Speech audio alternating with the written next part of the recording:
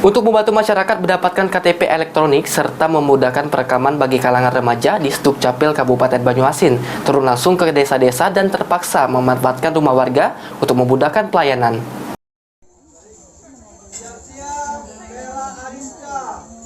Membantu masyarakat mendapatkan KTP elektronik serta memudahkan perekaman bagi kalangan remaja di Sdukcapil Kabupaten Banyuasin turun langsung ke desa-desa. Akibatnya petugas di Sdukcapil Banyuasin terpaksa memanfaatkan rumah warga agar memudahkan pelayanan. Salah satunya di Desa Taja Indah, Kecamatan Betung.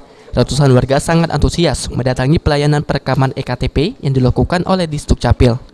Karena sulitnya mendapatkan sinyal dan lokasi yang representatif, Sdukcapil bekerja sama dengan warga menjadikan rumah warga sebagai kantor pelayanan sementara. Lilis Subianti, pelajar yang baru dapat membuat KTP, mengaku sangat senang dengan adanya pelayanan ke desa-desa, sehingga dirinya tidak harus jauh ke kecamatan atau ke ibu kota kabupaten untuk melakukan perekaman data.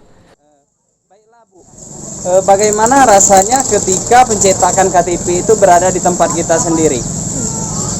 Saya berada ini sangat senang telah mengajukan membuat KTP gratis.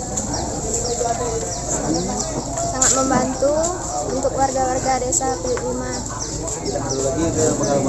Tidak perlu lagi keluar ke pangkalan balai. Di Sdukcapil Banyuasin sendiri memiliki program jam kunci yang membuat petugas turun langsung ke lapangan jemput bola melakukan perekaman. Terlebih untuk mempermudah pemilih baru nantinya untuk mengikuti Pileg, Pilpres, dan Pilkada mendatang. Sulaiman Pal TV.